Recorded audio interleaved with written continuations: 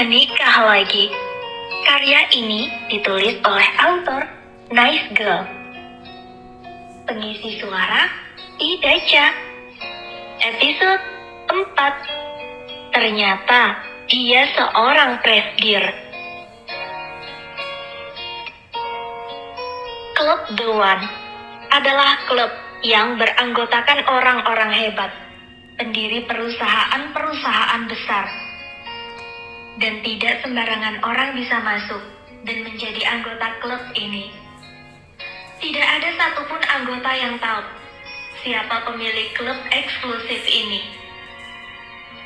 Salah satu peraturan dari klub ini, setiap anggota hanya diperkenankan menyebut nama depannya saja ke anggota yang lain. Tidak diperkenankan menyebut nama lengkap dan nama perusahaannya. Sebenarnya, bagus juga ada peraturan seperti ini. Jadi, tidak ada anggota yang merasa lebih superior dibandingkan anggota lainnya. Galang sendiri baru resmi menjadi anggota klub ini selama 2 minggu. Belum banyak anggota klub ini yang dia kenal. Saat ini, Galang sedang bergabung di bar dengan anggota lain, menikmati aneka brandy, whisky, wine, dan vodka terbaik dari mancanegara yang tersedia di klub ini. Galang butuh minuman ini untuk menghilangkan penatnya, melupakan sejenak permasalahan yang sedang dia hadapi.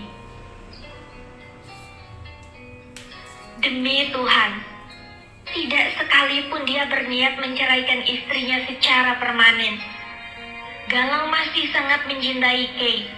Semua terjadi karena Galang yang tidak pernah bisa mengontrol emosinya. Kay sudah sering mewanti-wantinya untuk tidak mengeluarkan kata keramat itu lagi saat dia bersedia rujuk dulu, saat Galang menjatuhinya talak yang kedua kali.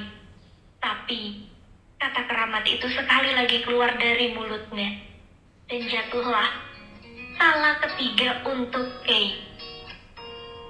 Galang meringis mengingat itu semua, berharap dengan segenap hatinya ia bisa menarik kembali ucapannya yang impulsif itu.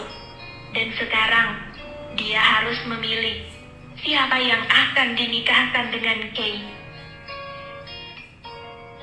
Minum brandy itu atau berhentilah memain-mainkannya, seru seseorang membuyarkan lamunannya. Galang melihat ke arah suara itu, ke sosok badan orang itu yang tinggi sekitar 190 cm. Dia terlihat rapi dengan setelan jas dan celana panjang hitam model terbaru. Lo akan merusak brandy itu kalau lo terus menggoyang-goyangkannya seperti itu, lanjutnya. Ya, dia Hardan. Dia anggota pertama yang menghampirinya ketika Galang baru pertama kali memasuki klub ini. Hardan yang mengajaknya berkeliling, mengenal seluk-beluk klub ini, dan bermacam-macam ruangan yang terdapat di dalamnya.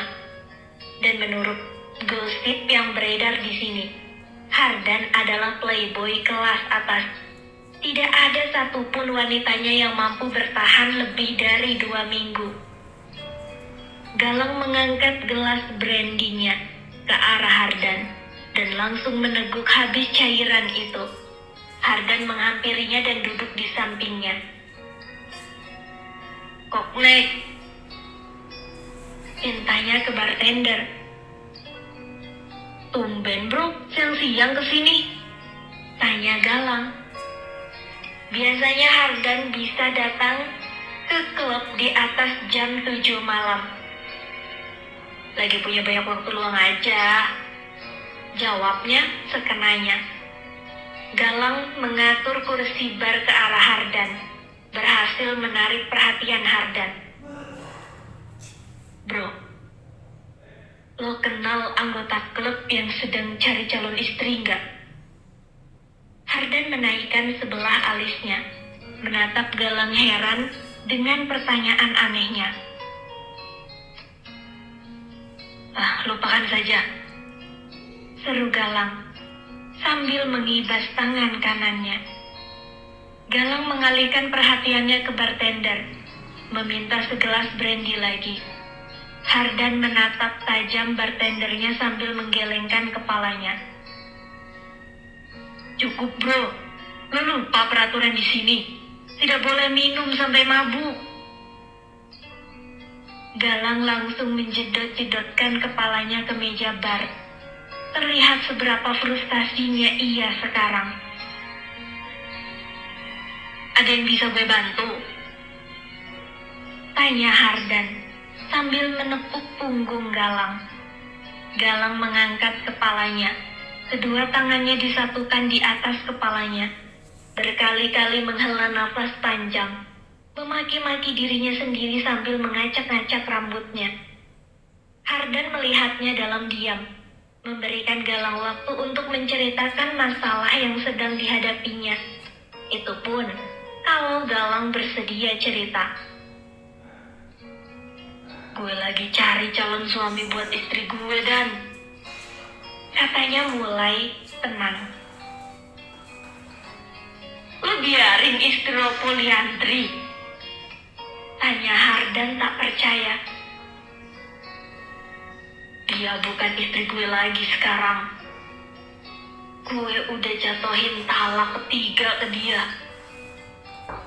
Galang kembali mengacak-acak rambutnya sambil mengumpat kesal. Gue masih sangat menyayanginya. Gue benar-benar menyesal sekarang. Dan gue pengen rujuk lagi sama dia. Tapi lo gak bisa rujuk sebelum. Ya gue tahu. Dia harus nikah terlebih dahulu dengan pria lain. Hardan menatap serius Galang. Jadi itu permasalahannya. Pantas dia sampai frustasi seperti ini. Dan lo mau mencarikan suami untuk mantan istri lo? Itu kan maksud pertanyaan lo tadi? Tanya Hardan. Galang mengangguk. Tatapan matanya kembali kosong. Seakan-akan hanya raganya saja yang berada di sana. Biar gue tebak, lo mau minta seseorang buat nikahin sementara istri lo dan segera menceraikannya secepat mungkin. Apa istilahnya? Nikah Cina buta, iya kan? Sekali lagi Galang mengangguk, disambut tawa ngakak Hardan. Untuk waktu yang lama dia terus tertawa sendiri. Membuat beberapa pasang mata menatap penasaran ke arah mereka. Galang menatapnya tajam, bertanya-tanya dalam hati, apanya yang lucu dari masalahnya, sampai Hardan bisa tertawa seperti itu. Oke, gue bersedia bantu lo. Hardan menawarkan diri, membuat Galang melongo menatapnya. Gue gak salah dengar kan? Tapi apa yang membuat dia mau secepat itu bantu gue? Galang melihat serius ke wajah Hardan, mencari tanda dia bercanda atau tidak di wajahnya. Tapi sepertinya dia serius dengan perkataannya. Gue serius sama tawaran gue barusan. Hardan meyakinkan Galang setelah melihat raut tidak percaya di wajahnya. Tapi apa yang membuat lo bisa secepat itu mau membantu gue? Hardan mengangkat kedua bahunya. Nyokap gue udah bawel nyuruh gue segera menikah.